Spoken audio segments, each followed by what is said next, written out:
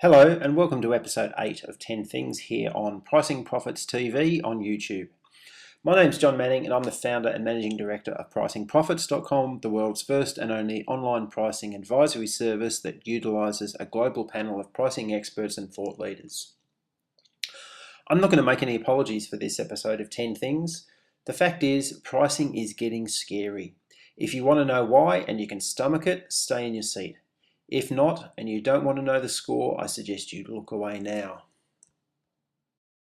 Number 10, your customers have never had more power than they have today, as we'll see shortly.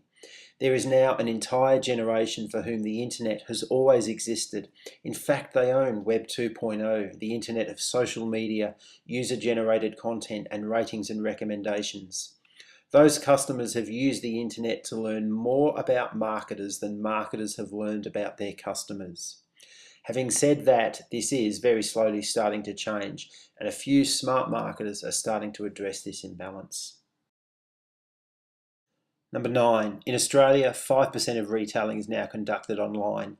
In the US, it's close to 10%, and in the UK, it's fast approaching 20%.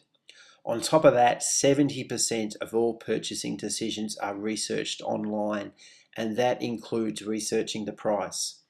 This process is so easy today. Just log onto a price comparison website like pricegrabber and find what you're looking for.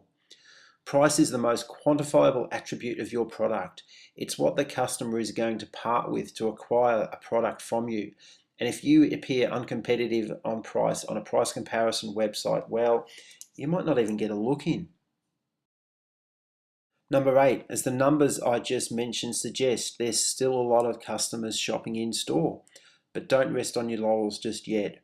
Most of those customers are walking around your shop floor with smartphones in their pockets, and there's an increasing likelihood that they are going to pull out that smartphone, scan a product's barcode, and walk out of that store to buy the product cheaper online.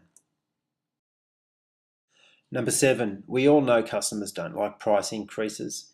But they're not going to tell you that anymore.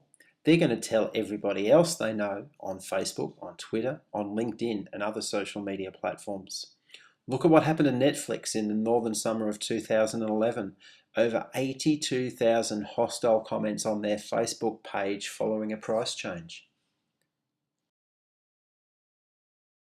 Number 6, there are all sorts of price guarantees on offer. We'll match the competitor's price. We'll beat the competitor's price. We're never knowingly undersold, just to name a few.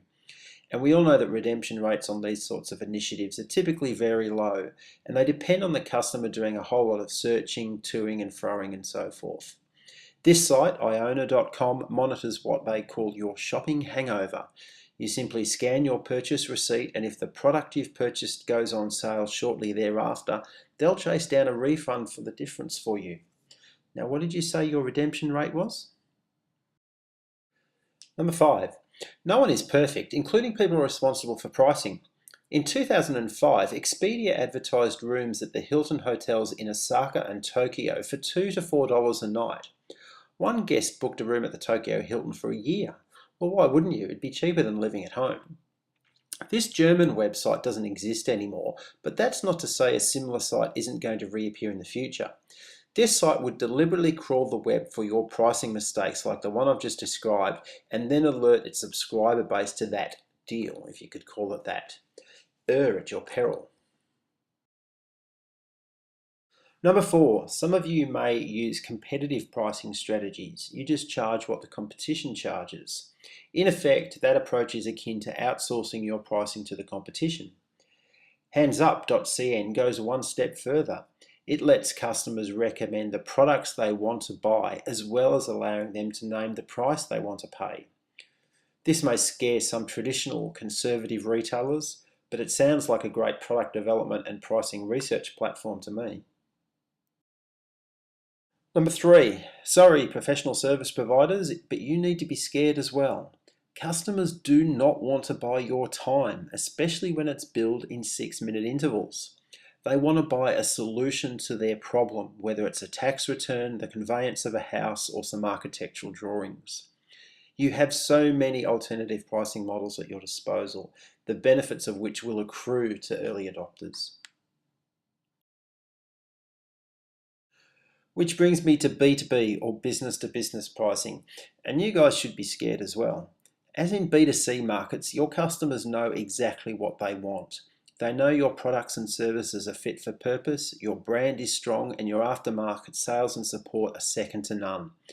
But they still want you to respond to their RFQ, their tender, their auction, and we all know they are about one thing and one thing only, your price. And why do your customers know exactly what they want? Well, that is the number one reason you should be scared about pricing in B2B markets.